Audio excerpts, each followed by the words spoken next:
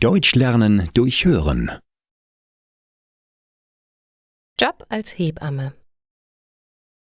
Pünktlich kommt Eva auf die Arbeit. »Kannst du zu Tina in Zimmer 7b gehen?« fragt eine Kollegin, ohne sie zu begrüßen. Tina muss schon nach Hause, du musst ihr helfen. Kaum ist Eva im Krankenhaus, geht die Arbeit schon los. »Ja klar«, sagt sie schnell. »Schönen Abend an alle.« Sie zieht sich ihre weiße Kleidung an und geht in das Zimmer. »Hallo«, begrüßt Eva die werdende Mutter. »Ich bin Eva. Tina muss nach Hause, ihr Dienst ist vorbei. Ich bin ab jetzt deine Hebamme.« Müde bedankt sich ihre Kollegin Tina bei ihr und geht aus dem Zimmer.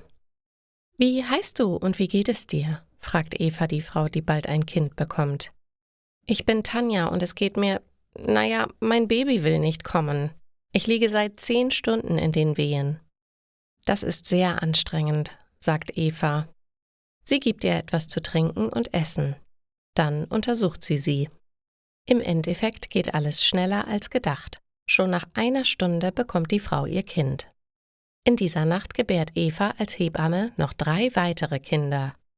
Sie liebt ihren Job, obwohl er oft anstrengend und schwierig ist. Die ganze Nacht arbeitet sie durch. Um 6:20 Uhr fährt sie dann mit ihrem Rad nach Hause. Dort frühstückt sie ein Butterbrot. Um 7:30 fällt sie todmüde in ihr Bett.